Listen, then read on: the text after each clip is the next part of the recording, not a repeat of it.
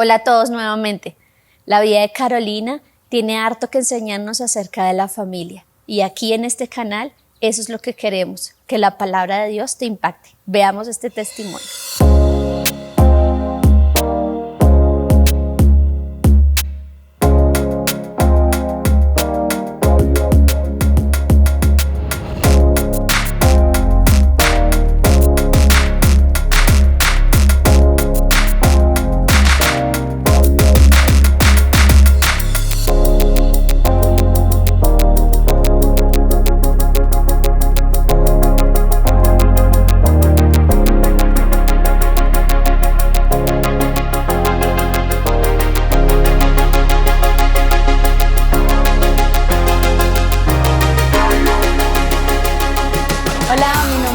Carolina Garavito, tengo 32 años, vengo de un matrimonio conformado por 3 hermanos. Podemos decir que vivimos una infancia bastante buena, bastante llena de amor, llena de comprensión, llena de la compañía de sus padres, de un padre amoroso, de una mamá que siempre estuvo como al pendiente de sus hijos. Pero llega un momento en que como que mi vida se parte en dos, y es cuando yo tengo 11 años. Sale a la luz que mi papá salió con un hijo que había sido concebido fuera del matrimonio. Tenía mi misma edad y yo soy la hija del medio, entonces eso hizo que el matrimonio de mis papás se fuera deteriorando. Yo era como la hija consentida, la bebé del papi, la intocable, y cuando yo me entero de que esto pasó, para mí fue un golpe demasiado fuerte. Para mí mi papá era el héroe, era mi rey, era mi príncipe, para mí mi papá era todo. Yo andaba con él para arriba y para abajo, él era como lo único que yo necesitaba para ser feliz.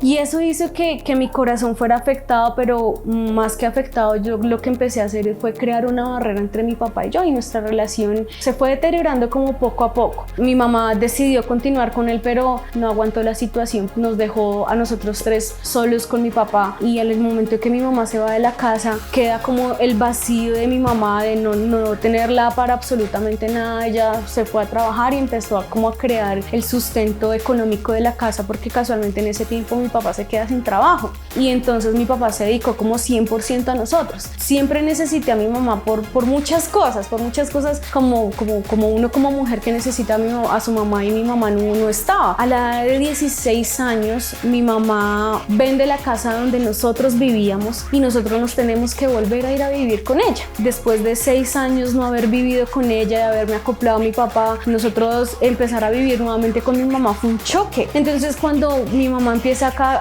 como a jugar su papel de mamá, yo estaba tan herida que en mí ella no era una autoridad. Si ella me decía no puedo hacer esto, yo ok, igual lo hacía. Y empezamos a chocar demasiado fuerte. Cuando yo cumplí 18 años, mi mamá un día ya me sentó y me dijo, lo que pasa es que su papá tiene cáncer, así. Y yo quedé como, en ese momento yo sentí que el mundo se me acabó. Y me empiezan a contar que mi papá le dio un preinfarto y lo llevaron al hospital, y que no, que era anemia, y después que era una anemia crónica, y cuando ya le hicieron una biopsia le dijeron no, tiene cáncer. Y yo tenía tantas cosas en mi corazón. La primera vez que yo pude ir a verlo, yo lo miré y yo lo único que hice fue ponerme a llorar y decirle que me perdonara. Perdóname por haber perdido el tiempo, perdóname por la manera en que me comporté, perdóname por haberte hablado así, perdóname, pero tú sabes que tú eres mi vida, tú sabes que tú lo eres todo para mí. Y mi papá me decía, tranquila, que usted es mi amor, usted es mi vida. Y ese momento el Señor nos permitió restaurar lo que se había quebrantado desde el día que yo me había enterado de que él le había sido infiel a mi mamá. Pude volver a sentir su amor, pero su amor puro, como cuando era una niña. Fui 2 veces más, y cuando iba a ir una cuarta vez, ya la cuarta vez que lo iba a ir a ver, nos llamaron a las 5:30 de la mañana a contarnos que mi papá había fallecido.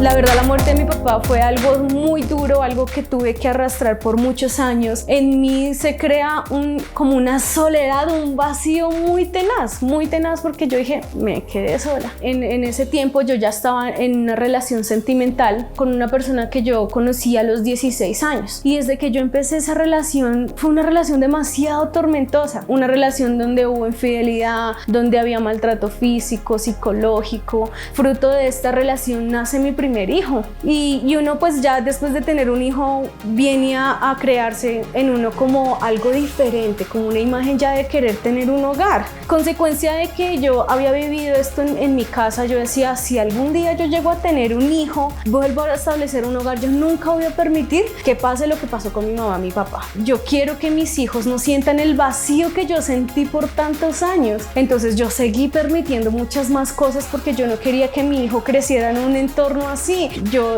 empecé a estudiar y entré a hacer pasantías. Conocí a una chica que también era aprendicena. Entonces la chica me dice, hola, ¿cómo estás? No sé qué. Imagínate, toda feliz empezó a hablar así, ay no, es que anoche volví a mi iglesia, fui a mi célula. Y yo sí, ¿y a qué iglesia fuiste tú? Pero pues yo así como de chismosa. Entonces ella me dijo, no, a tal iglesia. Y yo le dije, ay, oye, imagínate que yo fui también hace muchos años a esa iglesia, no sé qué. No, eso fue echarme a esa muchacha encima. Y le saqué tantas veces el cuerpo que un día me dio embarrada y le dije como, listo, voy a ir, pero como para quitármela de encima. Salimos de trabajar, fuimos a la iglesia y cuando yo pisé la iglesia, para mí fue algo sobrenatural. Y yo empecé a llorar y a llorar y a llorar y a llorar, pero mientras yo lloraba, como que la realidad de mi situación actual se vino como a memoria. Y yo decía, pero ¿en qué momento yo permití vivir la vida que vivo? ¿En qué momento yo permito el maltrato? ¿En qué momento permití que el Señor estuviera lejos de mí? Y esa noche yo le dije al Señor, jamás, pero jamás me vuelvo a alejar de ti. A los pocos días me fui como a un retiro espiritual, y en el retiro espiritual el Señor hizo muchísimas cosas en mí. El Señor me llevó a ver las heridas emocionales que tenía por mi papá, por mi mamá, todo el daño que yo había hecho, porque era una persona que siempre hería con sus palabras. Salí a pedirle perdón a mucha gente que le había hecho daño por muchos años. El Señor empezó a abrir mis ojos y yo empecé a ver la realidad como era en cuanto a la relación sentimental que tenía en ese momento. El Señor empezó a sacar a la luz muchas cosas de la relación, las cuales tal vez yo tenía sospechas pero nunca había tenido pruebas. Entonces llega un momento en que el Señor utiliza una circunstancia y yo logro como enterarme de todo lo que había pasado en el transcurso de todos estos años, de todos los años que yo había vivido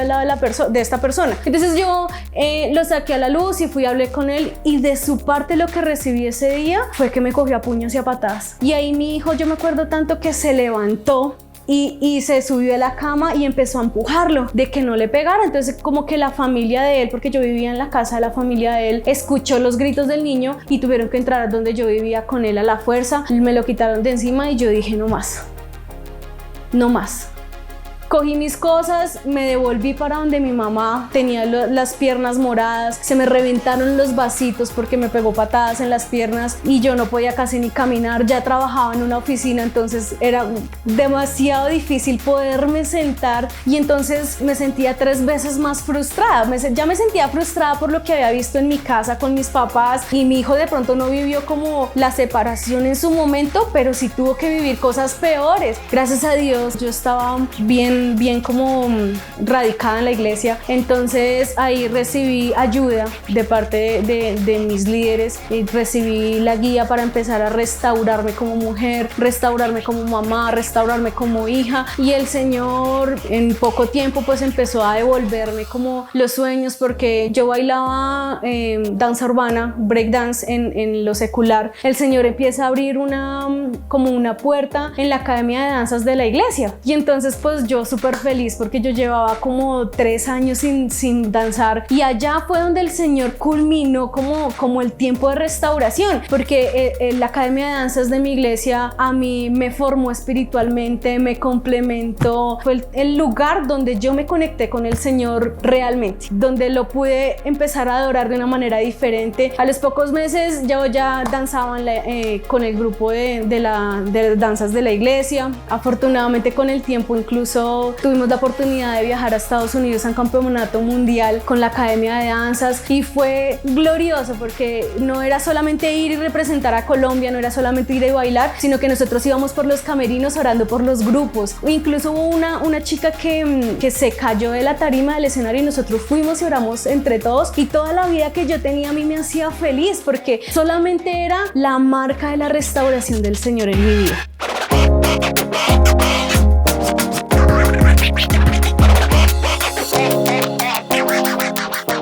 empecé a conocer a una persona con la que empezamos a ser amigos, y cuando empezamos a salir, el papá de mi hijo como que resucita de la nada, empieza a escribirle a los pastores que él viene con todo a recuperar a su familia. Como el Señor a mí ya me había hablado, eso no trajo como ningún tipo de confusión. Después de esto, Jefferson, que fue con la persona que yo empecé a salir, tuvo que pagar el precio para que nosotros pudiéramos como continuar nuestro proceso sentimental. Nosotros llevamos una relación, una amistad muy bien, o sea, siendo guiados por nuestros líderes, por nuestras autoridades, pero llega un momento en que empezamos a permitir cosas, y permitir cosas nos llevaron a que nosotros permitiéramos el pecado dentro de nuestra relación, y fruto de que un día permitimos el pecado dentro de nuestra relación, yo quedo embarazada. Yo vine y hablé como con la persona que me guiaba en la iglesia y le dije, mira, está pasando esto y esto y estoy embarazada. Pero antes de yo hablar, en mí pasaron muchas cosas por la cabeza y decir, lo voy a abortar, porque pues es demasiado difícil después de que tú por varios años ya le sirves al Señor, ya después de que tú eres una mujer restaurada, y tener que venir otra vez y a decir, la embarré.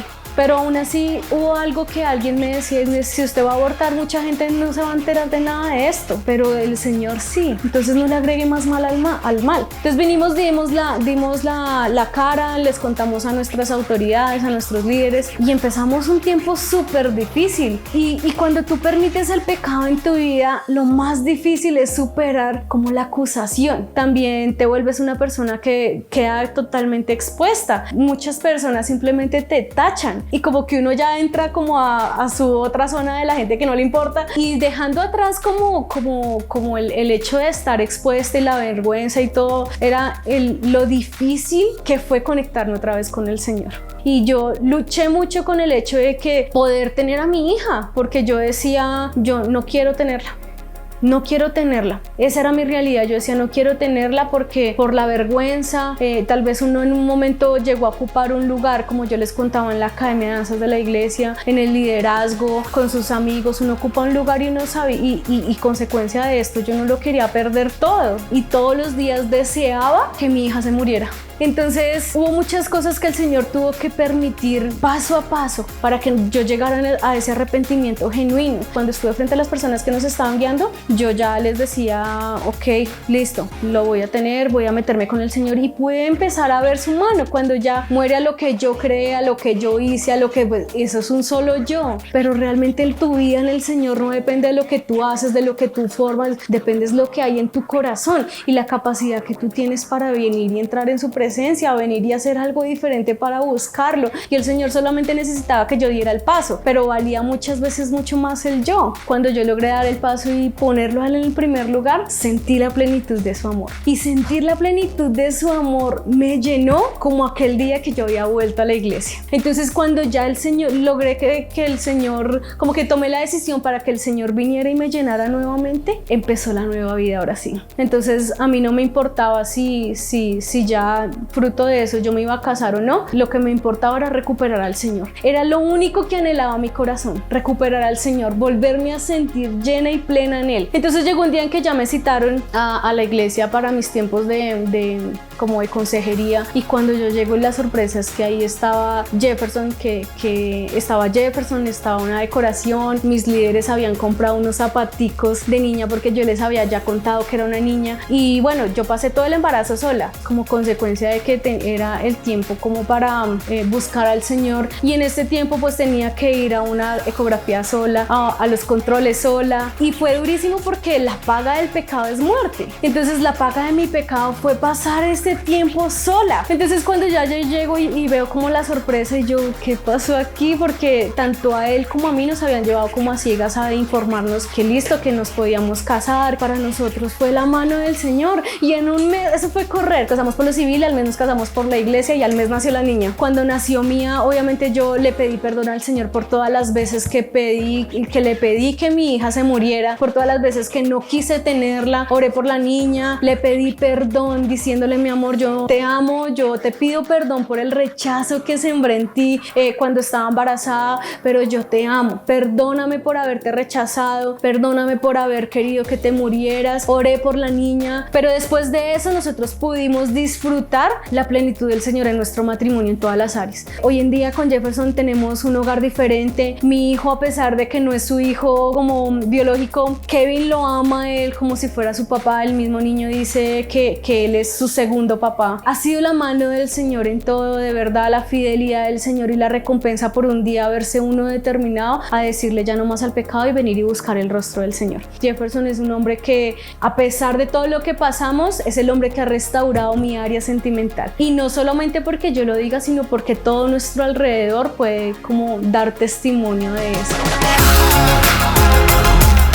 La Biblia nos enseña en Malaquías 4:6 que Él hará volver el corazón de los padres a los hijos y de los hijos a los padres.